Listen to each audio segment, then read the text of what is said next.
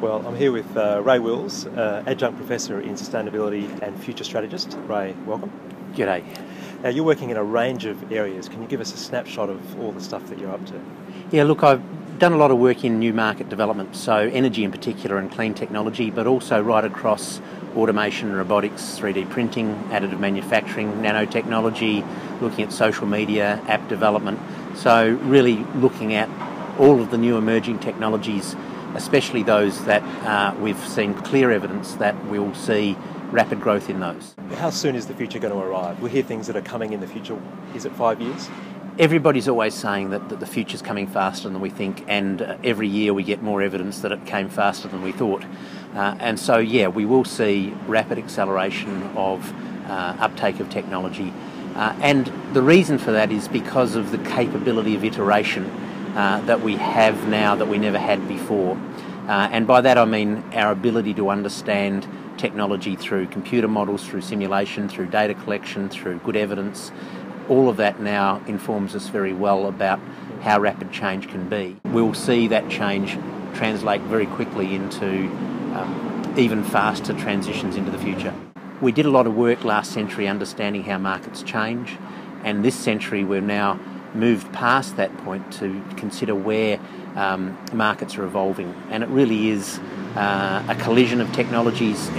Yes, it's computing power, but it's also integrated with social networks that's delivering far quicker product iteration, far clearer product demand.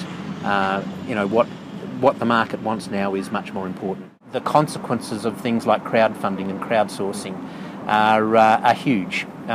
We've completely reconfigured the way that we create a product. Last century, somebody sat in a design lab, did a few drawings, may have shown it to a focus group of about 10 people, and then thought, right, we've got the design right, let's take this to the market and let's sell this thing. Let's sell this thing to consumers. Now, though, we get onto Kickstarter and we put the design up, and if the design works, then people say, I'll buy one, and then you go and build it.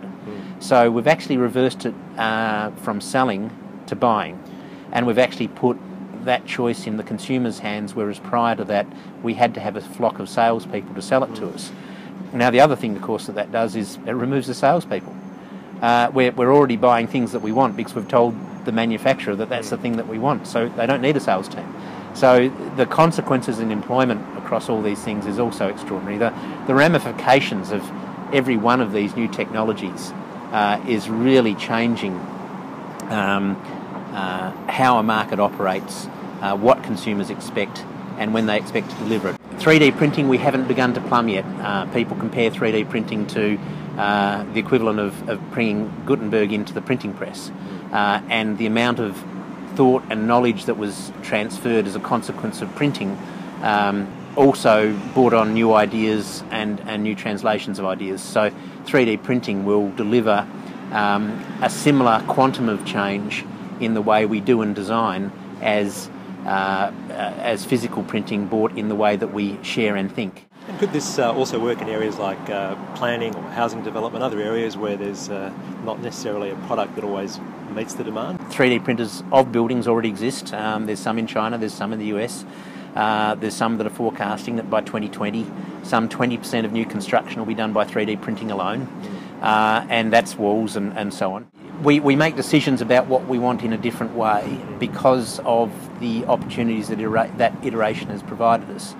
And that means that it's much more a consumer-led market. Capitalism is right now facing a battle with consumerism, and consumerism not only expects a good product, but a company that produces it to be ethical and to buy renewable energy, as well as making a profit. And everybody's comfortable with the profit, but they want to know that that profitable company is also at the same time concerned about the future. I think now we probably need a much more iterative model, a much more collaborative model, a much more alliancing model that brings groups together to share in transactions rather than just one side profiting unendingly from it, sometimes to the cost of others.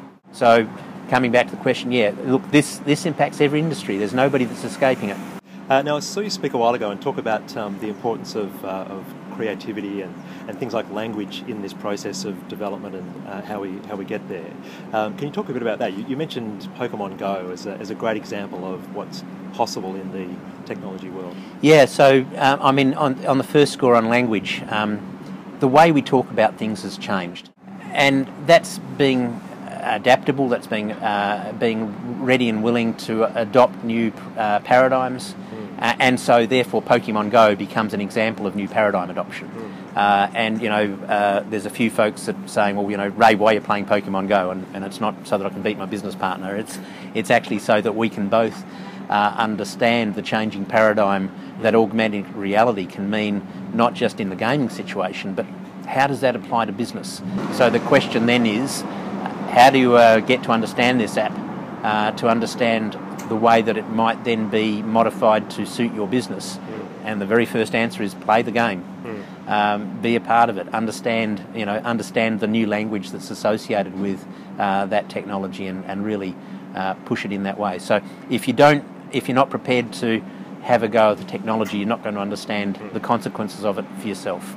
So we really should be embracing those things and seeing what they offer us as that window into the possibilities. We can speculate about a whole pile of changes that are longer than 5 years away, but really what I'm focusing on is the changes in the next 5 years will be so dramatic that the 5 years after that are going to be difficult to predict.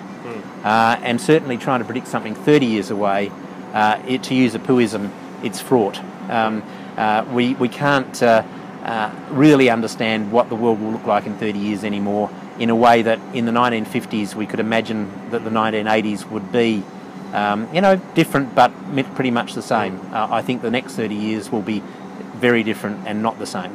Do you see a role for creativity, artistic endeavour in how we imagine this future? Look, ultimately I think that the challenge is what do humans do? And there is no doubt that a good proportion of humans, but a minority of them are very creative, whether that be through art or music or dance or design. That the challenge in that space, at least for the moment, is that humans will be required for their creativity, but not necessarily their work acumen.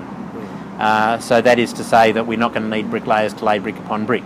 That'll be done by machines. So the question then is, what other attributes can we discover and value in human ability that then delivers worthwhile pursuits for humans?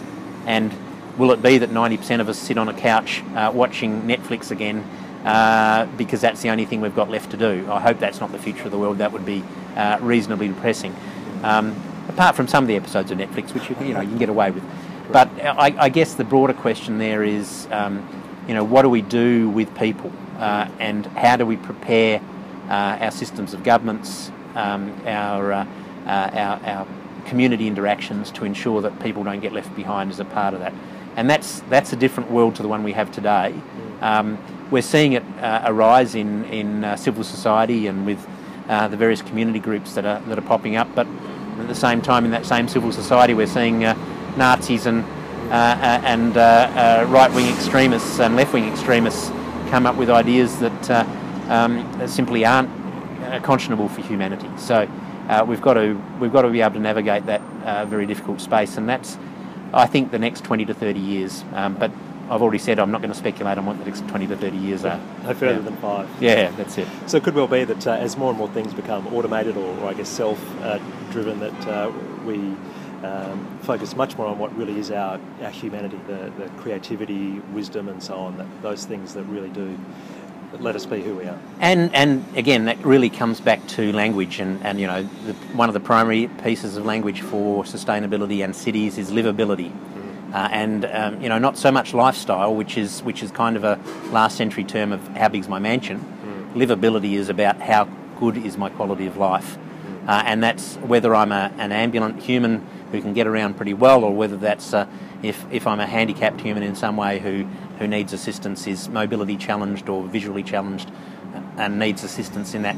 I think the future for people who have previously been isolated by some inability is going to be a far richer, far better place than it has been in the last century. Well, Ray, thanks very much for talking to us. Look forward to 2021. I guess that's the immediate future, and also the future after that. Back here in 5 years. Thanks, Michael. See you then. Cheers.